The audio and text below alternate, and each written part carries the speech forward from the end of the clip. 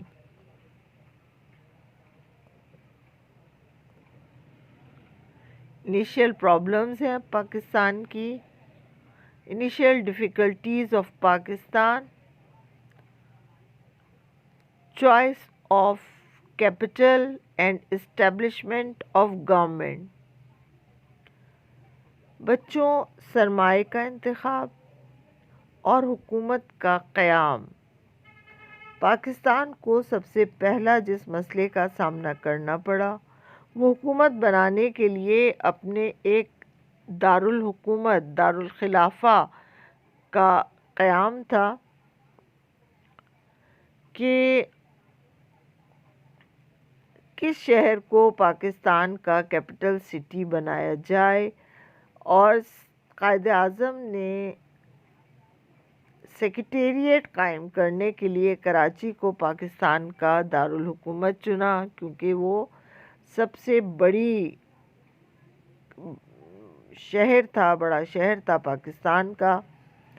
قائد اعظم نے پہلے governor general کا عہدہ سنبھالا۔ لیاقت علی خان کو پہلا وزیر اعظم مقرر کیا گیا اور قائد اعظم نے بہت ہی تجربہ کار افراد پر مشتمل ایک کابینٹ بھی تشکیل دی جو حکومت کی ذمہ داریاں قائد اعظم اور لیاقت علی خان کے ساتھ مل کے اٹھا سکیں۔ تو یہ مسئلہ قائد اعظم نے اپنی زندگی میں ہی حل کر لیا تھا۔ انفیئر باؤنڈری ڈسٹریبیوشن، بچوں باؤنڈری کی غیر منصفانہ تقسیم، جو سرحدوں کا تعین تھا وہ بہت ناانصافی پر مبنی تھا۔ سر ریڈ کلف کی سربراہی میں ایک باؤنڈری کمیشن قائم کیا گیا۔ اس نے اپنے اختیارات کا بہت غلط استعمال کرتے ہوئے گورداسپور، فیروزپور اور جلندھر جیسے مسلم اکثریتی علاقوں کو بھارت کے حوالے کر دیا۔ یہ وہ علاقے تھے جن کا الحاق پاکستان کے ساتھ ہونا چاہیے تھا، لیکن ہندوستان کے حوالے انہیں زبردستی کیا گیا۔ اس کے علاوہ انہیں کشمیر کا گیٹ وے فراہم کیا گیا۔ کشمیر کے مسئلے کو ایسا ناقابل حل مسئلہ بنا دیا گیا جو آج تک جوں کا توں ہے۔ اس موقع پر قائد اعظم نے کہا، ایک غیر منصفانہ، ناقابل فہم اور یہاں تک کہ ٹیڑھا ایوارڈ تھا۔ اچھا، اس کے بعد ہے ہمارا third point, the massacre of Muslim refugees in India, قتل و غارت گری۔ بچوں مسلم پناہ گزینوں کا قتل کیا گیا جو مائیگریشن کر کے پاکستان آ رہے تھے، راستے میں ہی ان کو شہید کیا گیا۔ قیام پاکستان کے جو اعلان تھا اس کے فوراً بعد ہی ہندو اور سکھ بڑے غصے میں آ گئے اور ان مشتعل افراد نے مسلمانوں کی پراپرٹیز کو آگ لگا دی۔ لاکھوں مہاجرین جو ہیں وہ مائیگریشن کے دوران شہید کیے گئے، اور تارکین وطن جنہیں ملک چھوڑنا پڑا انہیں راستے میں لوٹا گیا، ان کی پراپرٹیز کو چھین لیا گیا، انہیں پاکستان پہنچتے ہی بورڈنگ فراہم کرنا پڑی۔ یہ بھی پاکستان کا ایک بہت بڑا مسئلہ تھا۔ اس کے بعد division of military and financial assets, فوجی اور مالیاتی اداروں اثاثوں کی تقسیم۔ جو ایسٹس، جو سرمایہ تھا وہ ہندوستان اور پاکستان میں آبادی کے لحاظ سے اس کی تقسیم کی جانی تھی۔ پاکستان کو مالی طور پر کمزور کرنے کے لیے بھارت نے پاکستان کے ساتھ بہت بڑی بے ایمانی کی۔ پاکستان کو $750 ملین دینے کا وعدہ کیا گیا، لیکن جسے بھارتی حکومت نے دینے سے انکار کر دیا اور پاکستان کو صرف $200 دیے، اور وہ بھی اس شرط پر کہ ہم پیسے اتنی بڑی رقم میں کہاں سے بھیجیں گے، آپ پہلے اپنا بینک تو بنائیں۔ فوراً ہی قائد اعظم محمد علی جناح نے اسٹیٹ بینک آف پاکستان کی بنیاد رکھی، اور پہلی قسط کے طور پہ جو $200 ملین آئے تھے بس وہی پاکستان کو ملے، باقی ہندوستان نے قائد اعظم کے انتقال کے بعد دینا گوارا نہیں کیا۔ اور اسی طرح سے فوجی اثاثے، جو ملٹری ایسٹس تھے، وہ بھی جو ہے ایک پاکستان کا اس میں بھی حصہ تھا، لیکن Pakistan did not receive the due share of military assets۔ Pakistan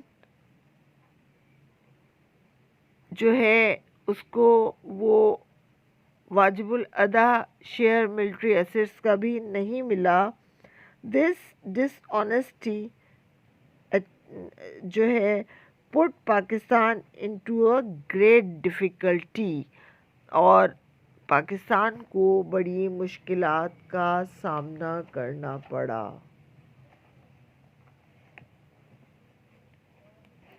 اس کے بعد ہے بچوں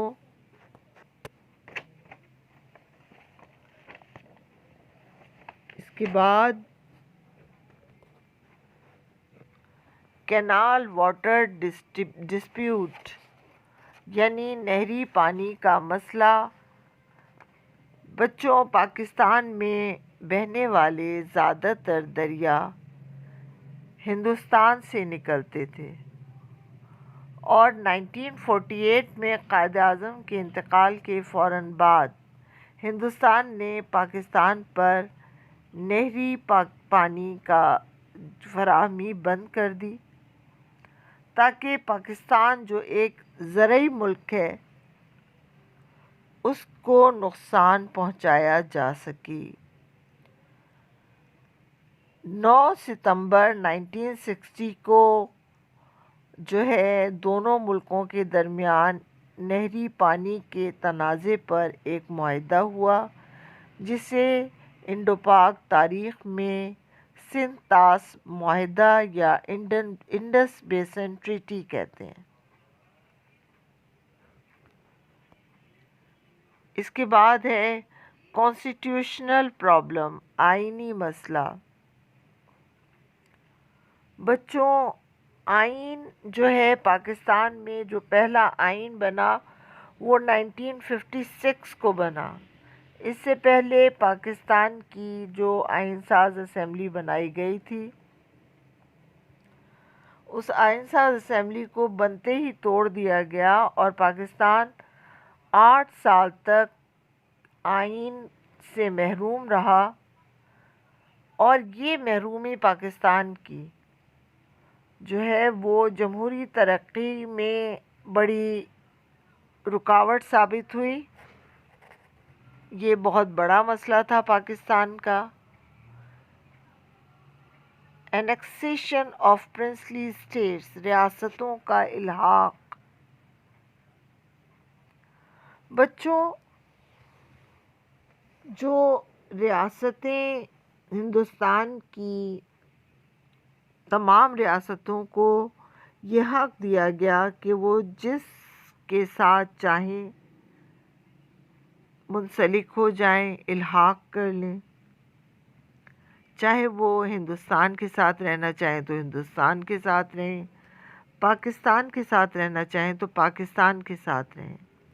مگر جوناگڑھ اور حیدرآباد دکن کا فیصلہ نہیں ہوا. جوناگڑھ کے نواب نے پاکستان کے ساتھ الحاق کی حمایت کی. انہوں نے اعلان تو کر دیا، لیکن بھارتی حکومت نے جوناگڑھ پہ فوجی حملہ کر دیا اور نومبر 1947 میں ملٹری ایکشن کے ذریعے جوناگڑھ پہ ہندوستان نے اپنا قبضہ کر لیا. دوسری ریاست حیدرآباد دکن کی ریاست تھی. یہ امیر ترین ریاست تھی مسلمانوں کی، لیکن انہوں نے آزاد اسلامی ریاست کے طور پہ رہنا پسند کیا تھا. لیکن بھارتی حکومت اور نارتھ باؤنڈ بیٹن کے دباؤ کے حربے نے ہندوستان نے 13 ستمبر 1948 کو حیدرآباد دکن پر حملہ کر دیا اور زبردستی حیدرآباد دکن کو ہندوستان کے ساتھ الحاق کرنے پر مجبور کیا گیا. تو بچوں، پاکستان کے ساتھ یہ ایک اور بے ایمانی تھی. اس کے علاوہ بچوں، مسئلہ کشمیر بھی بہت اہم مسئلہ تھا. کشمیر پاکستان کا قدرتی حصہ ہے. جس وقت پاکستان بنا تھا تو 85% لوگ وہاں مسلمان تھے. آج ہندوستان نے بہت سارے کشمیر کو مسلسل ایک مسئلہ بنانے کے لیے بہت سارے ہندو لا کے وہاں پہ آباد کیے ہیں، اور ہندو ڈوگرا راجا جو خفیہ طور پر ہندوستان کے ساتھ تھا، اس نے کشمیر کو ہندوستان کا حصہ قرار دے دیا، اور یہ مسئلہ آج تک ایک اہم مسئلہ ہے. دونوں ملکوں کے درمیان یہ مسئلہ حل نہیں ہو سکتا ٹل ٹوڈے. تو بچوں، پاکستان کو ان مسائل کا سامنا تھا. اب آپ اس لیکچر کا سیکشن اے کریں گے، ملٹیپل چوائس کوسچن کا، اور وہ ہے the India and Pakistan border is called Durand border line, خوران line, Mastung, Radcliffe border. تو بچوں، اس کا صحیح آنسر کیا ہوا؟ انڈیا پاکستان کا بارڈر کیا کہلاتا ہے؟ ریڈ کلف بارڈر. اس لیے کہ اس کی ڈویژن اسٹیفورڈ ریڈ کلف نے کی تھی. دوسرا ملٹیپل چوائس کوسچن ہے the dispute between Pakistan and India is Kargil, Kashmir, Mastung, Makran. Pakistan اور انڈیا کے درمیان جو تنازع ہے وہ کہاں پہ ہے؟ میں نے ابھی آپ کو بتایا تھا. یس، ویری گڈ. کشمیر ایشو اس وقت کا بڑا ایشو ہے ہندوستان پاکستان کے بیچ میں. بچوں، اب ہے ہمارا سیکشن سی. میں نے آپ کو بتایا تھا اس لیکچر میں سیکشن بی نہیں ہے. ڈیٹیلڈ کوسچن آنسرز کا ہے. Explain the initial difficulties of Pakistan. Pakistan کی ابتدائی مشکلات کی وضاحت کرنی ہے.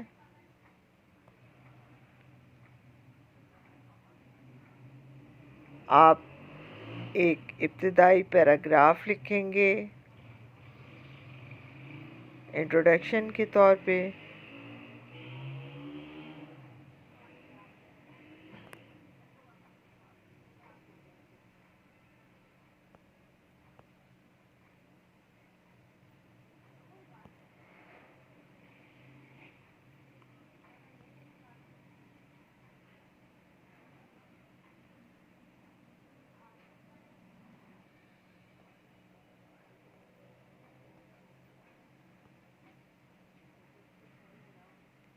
بچوں، یہ انفیئر باؤنڈری ڈسٹریبیوشن دوسرا ہمارا بڑا مسئلہ تھا پاکستان کا۔ ڈیٹیل آنسر ہے، یہ آپ کو ڈیٹیل میں کرنا ہوگا۔ یہ کوشچن عموماً 8 نمبر کا ہوتا ہے۔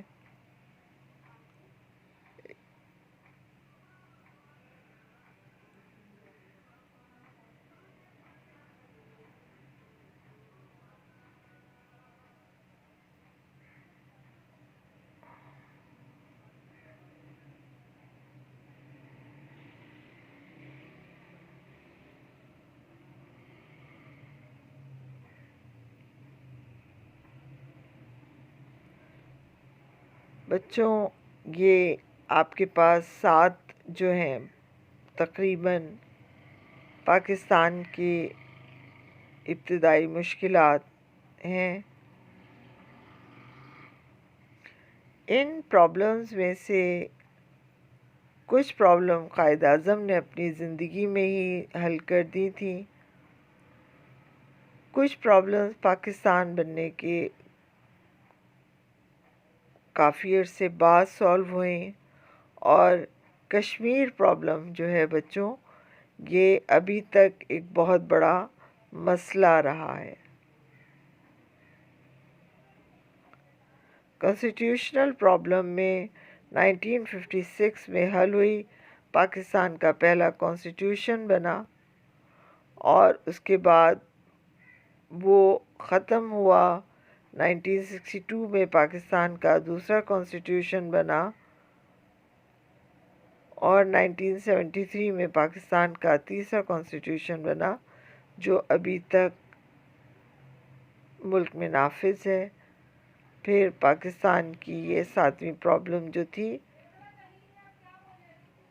جوناگڑھ اور حیدرآباد دکن کا جو ریاست تھی، ان کی غیر منصفانہ تقسیم ہوئی۔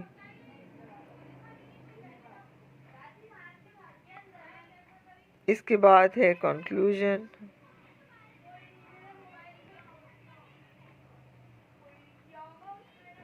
کنکلوژن کے بعد عموماً آپ کا جواب مکمل ہو جاتا ہے۔ بچوں، اس چیپٹر کا، اس ٹاپک کا صرف یہ ایک ہی لانگ کویسچن تھا جو اب مکمل ہوا۔ ہمارا لیکچر یہاں پہ مکمل ہوتا ہے۔ اگلی کلاس تک کے لیے مجھے اجازت دیجیے۔ اپنا بہت خیال رکھیے گا۔ ٹیک کیئر اینڈ اللہ حافظ۔